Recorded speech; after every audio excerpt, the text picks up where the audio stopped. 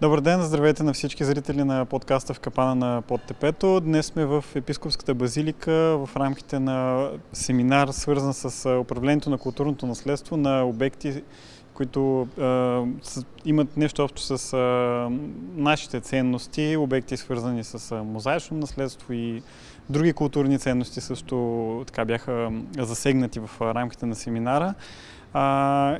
С нас част от участниците и организатора, който или така, основният водещ на събитието, Милена Крачанова, която ще ни разкаже малко повече за самия семинар. Как върви за момента в средата на семинара и преди въркшопа сме? Много благодаря за хубавите въпроси и се радвам, че сте дошли при нас да отразите събитието, което се извършва в рамките на програмата за участие на ЮНЕСКО.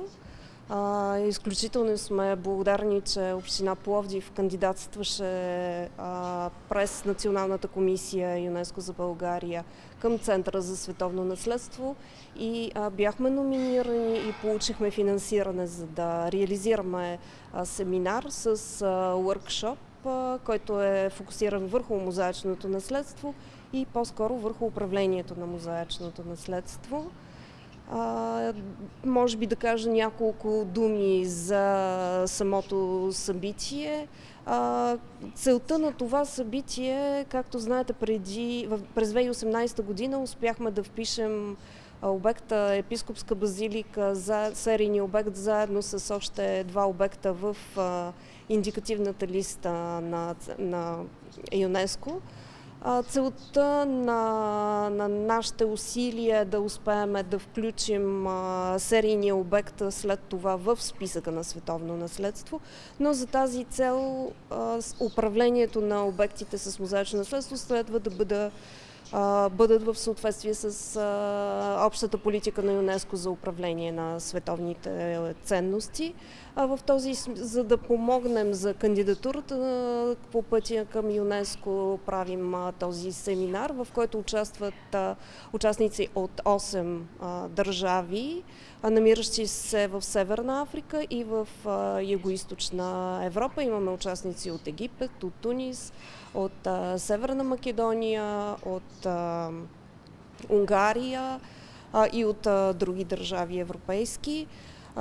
Изключително сме щастливи, че участниците от толкова държави проявиха интерес към семинара. Вече 2 дни бяхме през 2 дни, които изминаха, проведохме семинар, в който участваха световно известни лектори в областта на управлението на световното наследство. При нас е доктор Кристофер Янг, който ще продължи да бъде с нас и по времето на workshop-а. Преди малко имахме лекция от Джейн Томпсън, която също е един от водещите експерти в областта на световното наследство.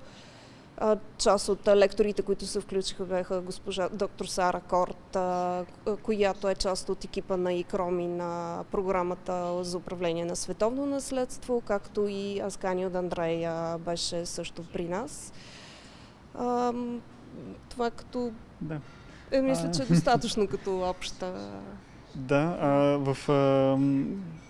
Тази тема, която вълнува много пловдивчани, свързана с кандидатурата на малката голямата базилика сграда Ирини в ЮНЕСКО. По какъв начин е свързан този форум с тази кандидатура? Доли така в рамките на изграждане на капацитет, помощ за този така труден, дълъг процес, който не отнема 1 или 2 години, а доста повече обикновено. Малко разяснения по тази тема може ли да дадете? Както вече казах, ние се опитваме да вървим по този път, който не е кратък. Към момента изготвяме предварителна оценка, т.е. изготвяме документи за искане на предварителна оценка от страна на Центъра за световно наследство, която ще бъде подадена преди 15 септември тази година. Това е първата стъпка в номинационния процес за вписване в списъка на световно наследство. След подаването на това искане за предварителна оценка има едногодишен период, в който ще получим такава. Надяваме се това да е положителна оценка и по-скоро да бъдат съвети към нас как да продължим с кандидатурата. Тази първа стъпка е новост в номинационния процес. Надяваме се, че няколко години след това ще успеем да изготвим кандидатурата. В подготовката на самата кандидатура е включено и изготвяне на план за управление, който предстои да бъде направен, така че считаме, че към момента workshop, който се провежда към момента, е една стъпка в тази посока. Добре. Благодаря ви. Няколко въпроса имаме към водещия експерт, гост, доктор Кристофър Янг. Стана въпрос за кандидатурата на Пловдив в ЮНЕСКО. Вие имате огромен опит в тази тема. Какво може да кажете като това, което виждате като свършена работа в Пловдив, в конкретните обекти във връзка с пловдивската кандидатура? I was here last in January 2018. Бях тук през януари 2018, when this site was surrounded by roads and covered in sand. когато това място беше заобиколено с пътни платна и покрито с пясък. So then I had to take what they told me about the mosaics on trust. И тогава трябваше на доверие да приема това, което ми разказваха за мозайките. Now I have seen them, and I have seen this fantastic cover building which displays them in such good condition. Сега вече ги видях и видях тази фантастична покриваща конструкция, която ги излага, експонира по толкова чудесен начин. And that in itself is a major step towards the process of nomination. И самото това достижение е вече огромна стъпка към номинацията. По какъв начин тези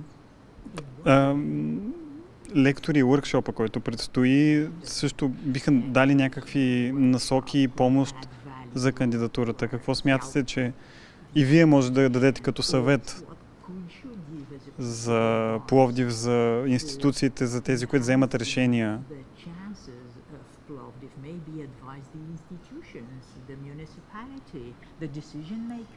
Да. I should be happy to help if asked. Ще бъда щастлив да помогна, ако ме поканят.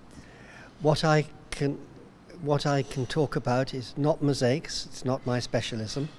Това, за което мога да говоря, не са мозайките, защото това не е моята тясна специализация. What I can talk about and have talked about at the seminar is how you write a management plan and all the work you have to do around that. Това, което мога и разбирам, и това, за което говорих на семинара, е как да се направи план за управление на обектите и всичко свързано с него. And I think that at the seminar and at the workshop, the chance to talk about management plans and to discuss how other people have done them and to see other examples is incredibly useful when you're about to have to write a management plan yourself as part of a World Heritage nomination. И смятам, че това, което чухме на семинара от различните лектори за това как са направили планове за управление, точно в момент, в който вашия обект трябва да кандидатства за обект на световното наследство на ЮНЕСКО, е от изключителна важност за успешната кандидатура. Разбирам, че темите са доста различни, доста големи, като с дни сигурно може да се говори. Но може ли да направите съвсем накратко някакво сравнение между предизвикателствата с този обект, с който вие най-много сте се занимавали?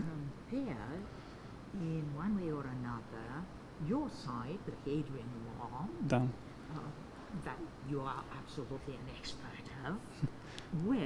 Тоест Адриановия вал, един обект, който така е не в по-голямата си част извън градско наследство, и Пловдив и базиликата.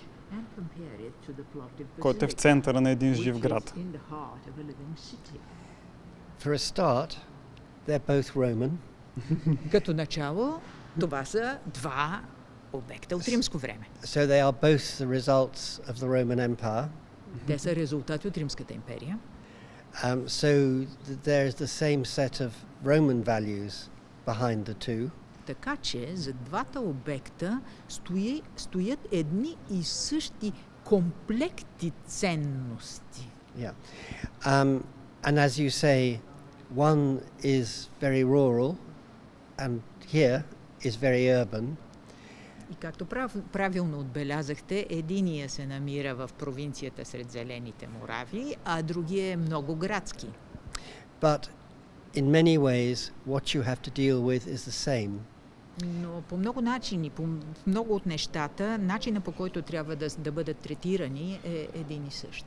There will be different problems in different types of site, but the key thing common to all the sites is that you need to talk to the people who live around the local community to see what they think, what they want, to tell people, show people why it's important to do this. Ще има много проблеми, свързани с археологическото местонахождение. Основното нещо, според мен, е да разговаряте с общностите, местните общности, за това как разработването на тези обекти ще повлияе на тяхното добруване. And that involvement of the community as a whole is very important. Изключването на общностите като цяло е изключително важно. This isn't just something that experts do and it happens. It's something which needs to involve all the stakeholders, the people in the community and so on. Това не е нещо, което експертите решават как да стане и става. Това е един процес, който трябва да включи самото цялата общност. On Hadrian's Wall, I spent a lot of time talking to farmers, but here there will be lots of other people who need to be talked to and to give their views and listen to. На Адриановия вал аз разговарях предимно с селски стопани и животновъди. Но тук ще трябва да говорите с много хора и да чуете мнението на много хора. Добре, благодаря ви. Със сигурност това е една важна тема, която може би в България все още се подценява. И се радвам, че така акцентирате на нея. Мисля, че в последната лекция се акцентира на нея. И искам да поканя някои от другите гости да кажат няколко думи накратко. Както стана дума, има участници от други държави, от Тунис и от Северна Македония. Заповядайте. Здравейте. Представете се първо накратко с какъв профил идвате в участие в семинара и как виждате всъщност събитието?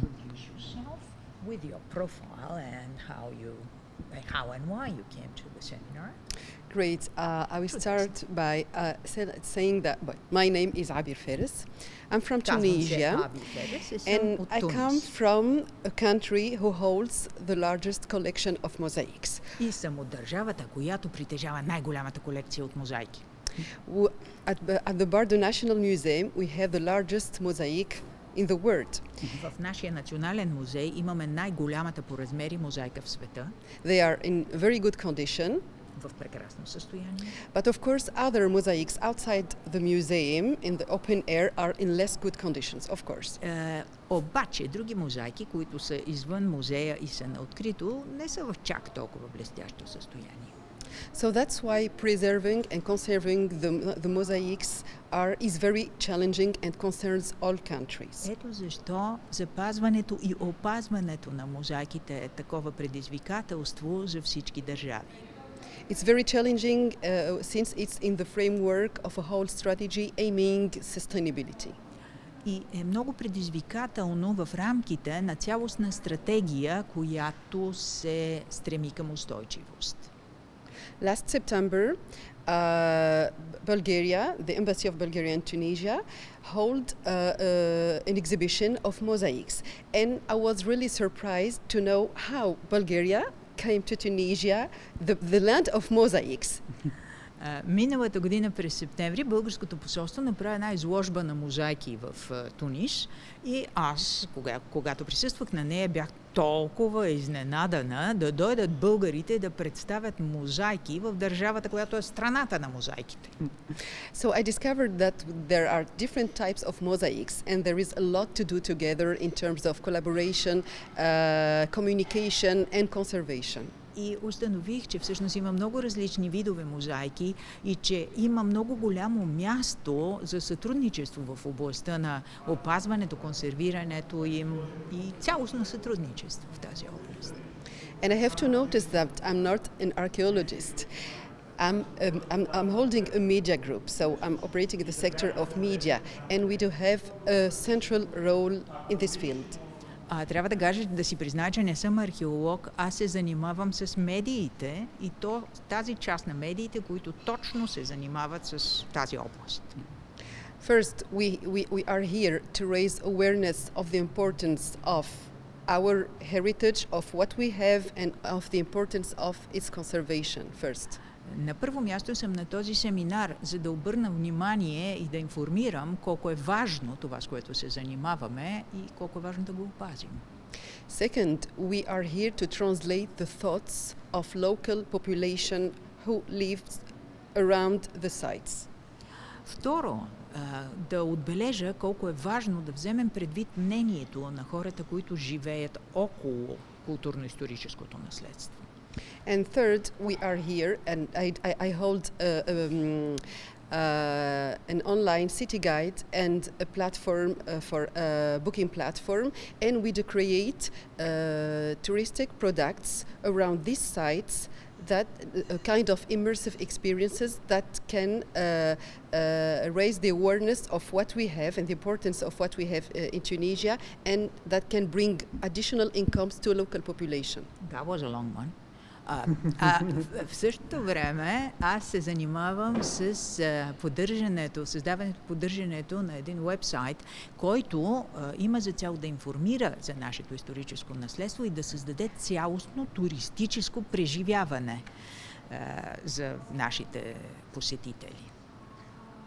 В този контекст, на база вашия опит, как виждате този тип работа в Пловдив, туристическия продукт, как се предлага, имате ли някакви идеи?